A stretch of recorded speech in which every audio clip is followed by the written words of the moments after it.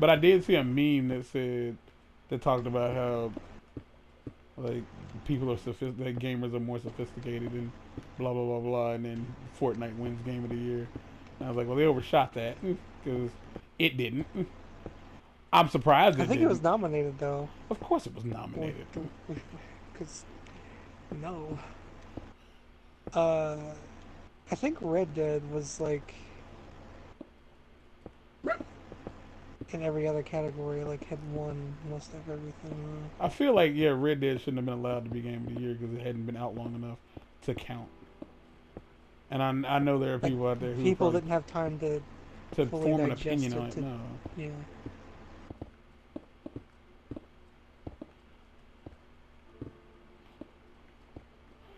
and I'm sure there are people out there who would disagree and say that no, that's not fair. Like, why couldn't it be Game of the Year? Because no one played it enough. You can't give a Grammy to an album to an artist whose music hasn't debuted. Like, just like giving a Grammy to a SoundCloud rapper. That's stupid. He hasn't made enough music to be anything, honestly. And yeah, and I have my issues with Red Dead Redemption. One of my biggest issues with Red Dead Redemption is the fact that the game doesn't give you freedom as a player to do what you want to do. When you're out in the world, you can pretty much do anything, but in a mission, you're kind of stuck to doing the cookie cutter.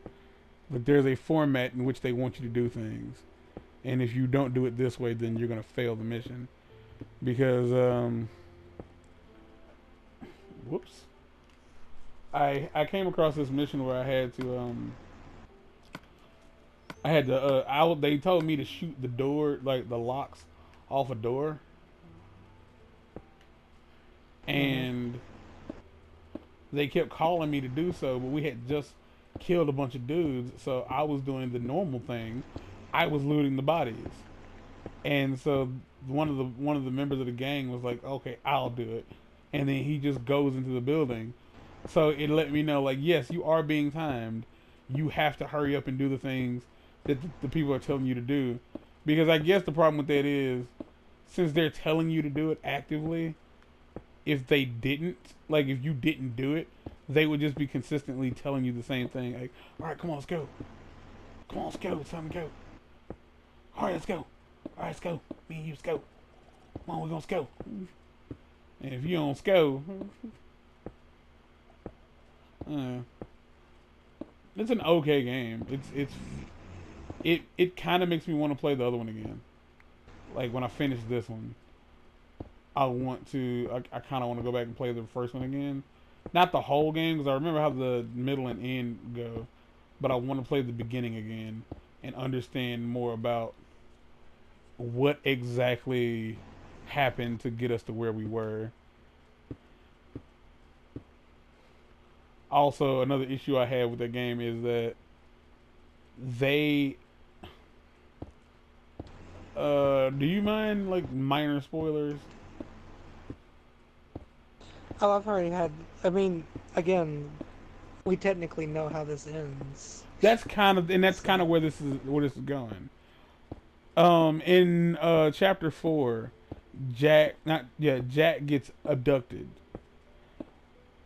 and they try to build this tension around will they find Jack? Is Jack gonna be okay?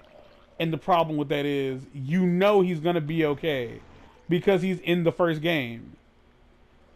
You know what I yeah. mean? And they do that kind of quite a bit. There are other characters in the game they do this for, where they try to create this tension like this person isn't gonna live, or this person is gonna be hurt real bad, and we already know how this turns out. Mm-hmm. And so, for me, I think that's kind of annoying. Like, I think that's bad, like writing, to write a prequel and then put people who are in the original to like put them in peril, so that the reader or the viewer is like, "Oh my goodness, what's gonna happen?" Nothing, nothing at all. So guaranteed in this game, you know Dutch makes it, you know Bill makes it, and you know there's another guy that makes it. Because I forget who it's four. Is it 3 people or 4 people in the first game that you had to capture? I know you had to capture I can't Dutch and fully remember Bill. if I made those. Yeah, I think I it's, I know that think it's, Dutch makes it. That's the main one I remember making it. yeah, Dutch makes Dutch it and Bill. and Bill makes it. I know Bill makes it for sure. So the problem with that is when it comes down to, well, if it does, because I don't think I'm at that point yet. But if it ever comes down to those are the only ones that are left alive, they can't put anybody in a position where, well, will they make it? Are they gonna live? Like, yes, they are. We know this for a fact. The only person we can almost guarantee that dies at the end of the game is Arthur. You know, or you don't we don't know Arthur isn't gonna make it, but it's almost safe to assume that he doesn't because he's not in the first game. Yeah.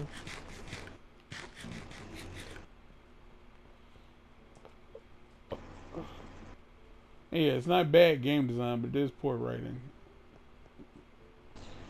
I mean, the only defense I'll give them is that the game's old enough at this point that there's probably people who will be playing it who haven't played Red Dead 1 or Red Dead on or Red Dead Redemption 1 because there is another game called Red Dead that's kind of completely not even related. So, But then there's also Red Dead Revolver, yeah. which is what this game is based on.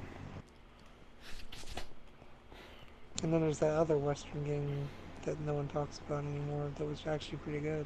Mad It's in my Dog opinion. 3? No, I mean yes, but no. It was Gun, wasn't it just called Yo, Gun? yeah, Gun, which was almost Red Dead Redemption. To be fair, Yeah, before it was Red Dead Redemption. that game did have horses. Yeah, that game was literally like Red Dead the Redemption before Red groundwork Dead for this. Redemption. Like Yeah. they just refined it more or less. Oh, because I remember.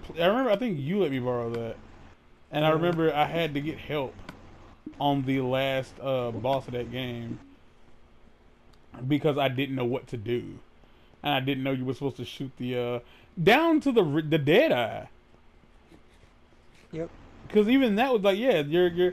But I feel like that's like every game to this point now. There's always one character or there's a mechanic in the Who made game that? that slows down time. I don't remember who made that game. I'm looking it up if that's not clear. PS2. I wouldn't mind playing that again. I don't think that was as open world though. But I feel like it had a lot of stuff in it that totally would, if you played it, and then you played Red Dead Redemption, you would feel like, well, this is clearly based on this. Activision made that game. Neversoft and Activision. So it most likely has a lot more of an arcadey, go here, do mission feel to it. Cause that game was fun.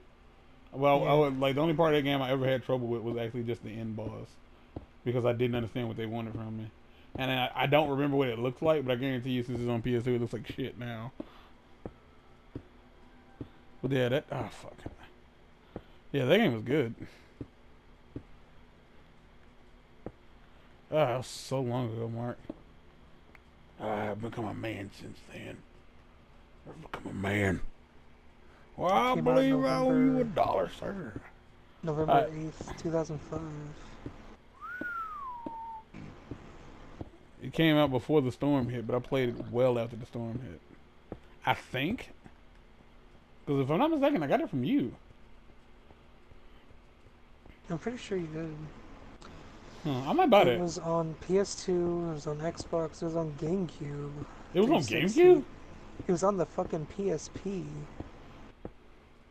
Well, it's an Activision game, so yeah. They had no brand loyalty. They just wanted to get paid. Gun was on the PSP? I bet you it was a top-down shooter.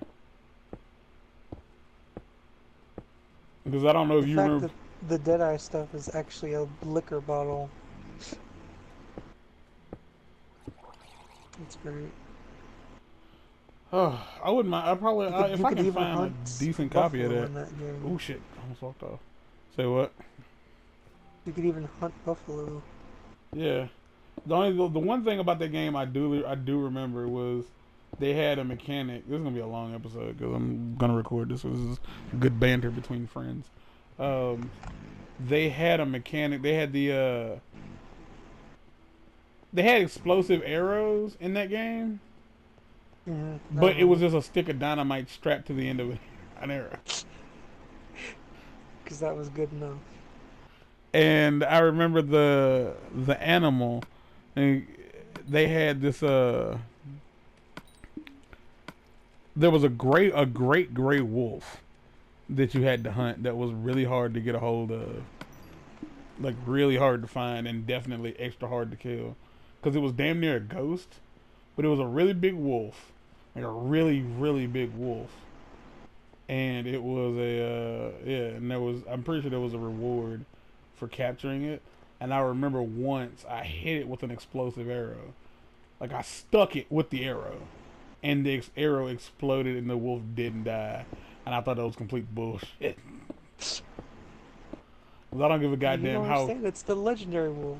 I don't give a fuck how legendary or how great this wolf is. It was dynamite, Mark. It was fucking dynamite. Look, this is how tall tales begin. It was like, and I saw the See, man this is not. stand there. That's not how it actually happened. That's just how you told That's it. that's quite literally a tall tale. That didn't happen. Yes, it did. My brother was there. He saw it. He Because saw that it. completely justifies. What? Oh yeah, sure. Why not? Well, if his brother saw it, it must be true. Like it was just the ramblings of it was just the ramblings of an old man. That's fine. But when two old men are talking about it, Oh they know man, what they're talking about. like they both remember this. Holy shit! This episode is probably gonna be called Red Dead Gun.